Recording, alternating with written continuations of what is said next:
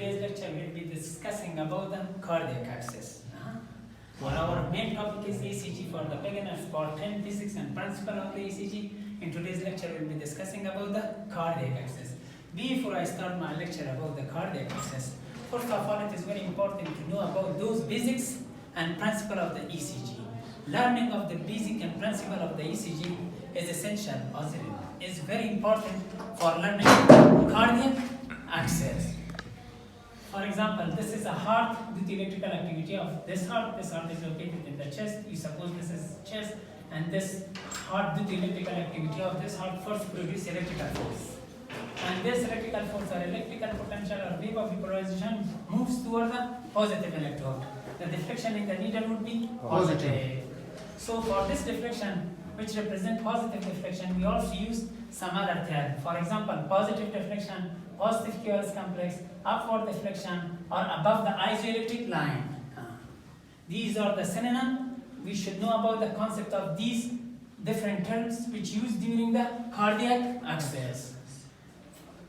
This was principle number 1. This is number 2. When the electrical force or electrical potential moves away from the lead, the deflection in the needle will be negative. So and therefore for this lead we use negative deflection, negative QRS complex, downward QRS complex, and negative QRS complex or below the isoelectric line. When the electrical force or electrical potential or wave of depolarization pass the lead, first produce positive deflection and then produce negative deflection. This kind of QRS complex is called equipolar complex. The second. Third one. Yeah, this is a positive. So when we have got a QRS complex like this, the first wave is greater than the S wave. Yes. The first part of the QRS complex, I mean the R is greater than the S. Yes. So this QRS complex is called R is greater than the S. This is a positive QRS complex which is predominantly positive by R wave. So those QRS complex which have got larger, this is called positive QRS complex, and those QRS complex which have got large negative QRS complex or large S wave, they call negative QRS complex. After that you know about these principle of the ECG. Right now we want to the definition of the cardiac axis. What is the cardiac axis? Or before I start my lecture about the cardiac axis, first of all we should know about lead AVR and lead 2. Remember, the electrical force is produced within the heart. This electrical force moves downward and leftward, so producing lead 2 positive deflection. And this electrical force moves away from AVR, so here they produce negative deflection. So when we want to start axis, first of all we should know about the concept of this cardiac axis. This cardiac axis, the electrical force moves toward the lead 2 produce positive and moves away from negative. So and therefore we have got a lead 2 positive deflection and lead AVR negative deflection. This is cardiac axis. Now how should I define the cardiac axis? Cardiac axis, the average direction of spread of the wave of depolarization through the left ventricle, which is seen from front, that is called cardiac axis. This is a little bit difficult. So how should I define the cardiac axis? The average direction of spread of the wave of depolarization or electrical force through the ventricle, which is seen from the front, that is called cardiac axis. That is called cardiac axis. We have got cardiac axis.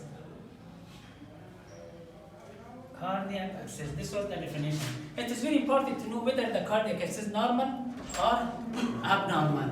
But we easily get information from cardiac axis from 3 normal leads. When the electrical force, this is a normal QRS complex. In case of normal QRS complex, we have got lead 1, this is also positive. Lead Downward. And normal QRS complex is a complex in which lead 1, lead 2, lead 3 of them are positive. The mechanism, the electrical force is generated here in the center of the heart.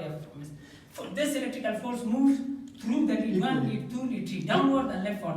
Large amount of the electrical force moves toward the lead 2. So and therefore lead 2 is larger and larger lead. And some of the electrical force go to the lead 1. This is also produce positive deflection. and some of the electrical force move toward the three directions. So in normal cardiac access is an axis in which we have got three leads. Three standard leads should be positive. This represents a normal cardiac access.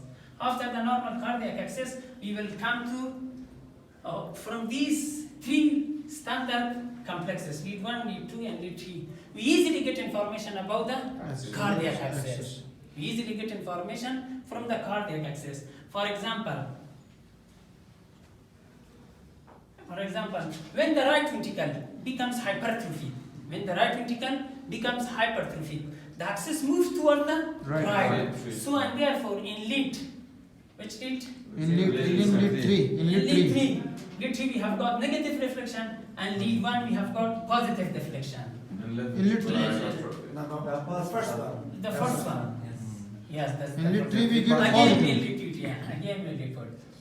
And when the right ventricle becomes hypertrophied, the axis moves toward the right. I mean toward the lead 3. So and therefore in lead 3 we have got positive deflection, and in lead 1 is negative deflection. Because the electrical force generated here, the electrical force moves toward the lead 3, so the lead 3 should be positive, and it away from lead 1, and lead 1 should be negative. So the right ventricle, right axis division, our index is lead 2, and the lead 3 is positive and the lead 1 is negative. And the most common cause of right axis division, which one? COPD, pulmonary embolism, right ventricular hypertrophy, congenital heart disease, WPW syndrome, anterolateral volume, and dextrocardia. This was about the right cardiac axis. In right cardiac axis, we have got a negative deflection in lead 2 and lead 3 and a positive deflection in lead 1. This represents right axis division. When left ventricle becomes hypertrophied, the axis moves toward the left. I mean the axis moves first toward the lead 1. So and therefore in lead 1 we have got positive deflection, and in lead 3 we have got negative deflection. It means electrical force generated here. First the electrical impulse or electrical force or electrical potential, which is represented by a vector. This cardiac axis or cardiac vector moves toward the lead 1 and away from the lead 3. So in left cardiac axis, we have got the negative deflection or downward deflection or negative QRS complex or below the isoelectric line. This is involved lead 3, and lead 1 produce upward deflection, positive deflection, positive QRS complex in lead 1. When the left axis division, when the left ventricle becomes hypertrophied, the axis moves toward the left. So in the left axis division, we have got positive or positive QRS complex in lead 1, and lead 2 we have got negative QRS complex. The most common cause of left axis division, one is conduction defect. Conduction defect in inferior volume, hemiblock and ventricular tachycardia, and WPW syndrome. This was about the causes of left axis division. Now I will repeat it again. Definition of the cardiac axis. Before we know about the cardiac axis definition, we should know some basic principle of the ECG, which is very important for learning of the cardiac axis. This principle is repeated in our previous lecture, but now I again want to repeat. I have got a brief overview about these past basics and principle items. For example, if this is the heart. This heart is located in the chest cavity. Due to electrical activity of this heart, the electrical force is come to the chest, and from chest goes through this lead, and positive charge moves toward the positive electrode. The deflection in the needle would be positive. This positive deflection is also called positive QRS complex. Upward deflection, or this QRS complex, which is above the isoelectric line, is also called above the isoelectric line.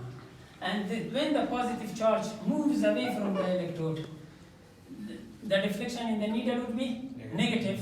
So QRS complex is negative, and downward the negative QRS complex, and this is a QRS complex which is below the isoelectric line. So this is a negative QRS complex.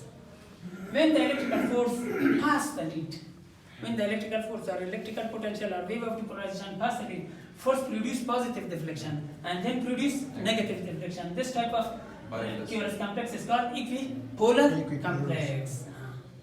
So another principle was large object. I mean left ventricle is larger. They produce large deflection. Large part of the heart produce large deflection. Small part of the heart produce small deflection. So left ventricle is larger, produce large deflection or large QRS complex. And small object produce small QRS complex. For example, left ventricle produce large, and SI node produce a small object, and SI node ME node does not produce wave, but they do not record an electrical activity from SI node over the ECG paper. And some part of the heart supplied by rapid conduction system, and some part of the heart is supplied by moderate conduction system, some part of the heart supplied by the slow conduction. For example, SI node, AV node, depolarization of the SI node, AV node depends on two calcium channel. Calcium channel, a slow channel. So during the depolarization of these SI node, AV node, electrical impulse and slow electrical impulse is produced, and they do not reach to the skin to pick up by the electrode. So they do not produce any wave or deflection. Another, when a part of the ventricle completely depolarized, for example, a QRS complex represents a positive or complete depolarization. Until the depolarization of QRS complex ventricular is completed, this patient or this heart produces straight line. When a part of the ventricle is completely depolarized, they don't accept further stimulation. So and therefore they produce as a straight line. During this period, during the QRS complex, the needle of the ECG machine does not fluctuate to any side, just the paper moves under the needle and produce a straight line. This straight line compatible to ST segment. Compatible to ST segment. When a patient have got cardiac arrest, this first case does not need stimulation. But when the patient develops cardiac arrest and they also produce a flat line, during this case, We should stimulate. We should stimulate. By what? By which? DC shock. By DC shock.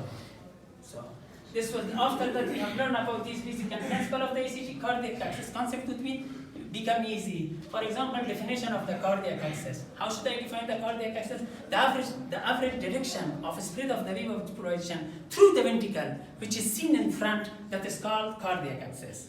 In normal cardiac access, 3 standard lead is positive. For example, lead 1, lead 2, lead 3 is positive.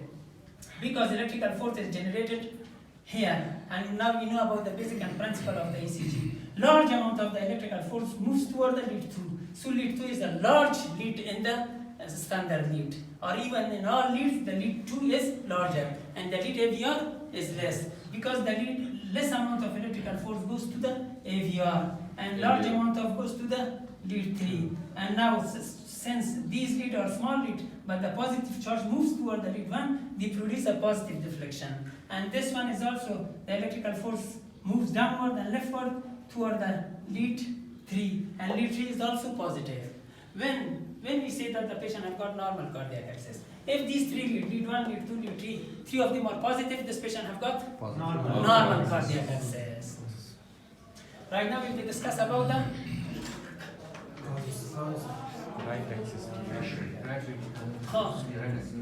cardiac access. Cardiac access is very important to know whether the axis is normal or not. We easily get information about the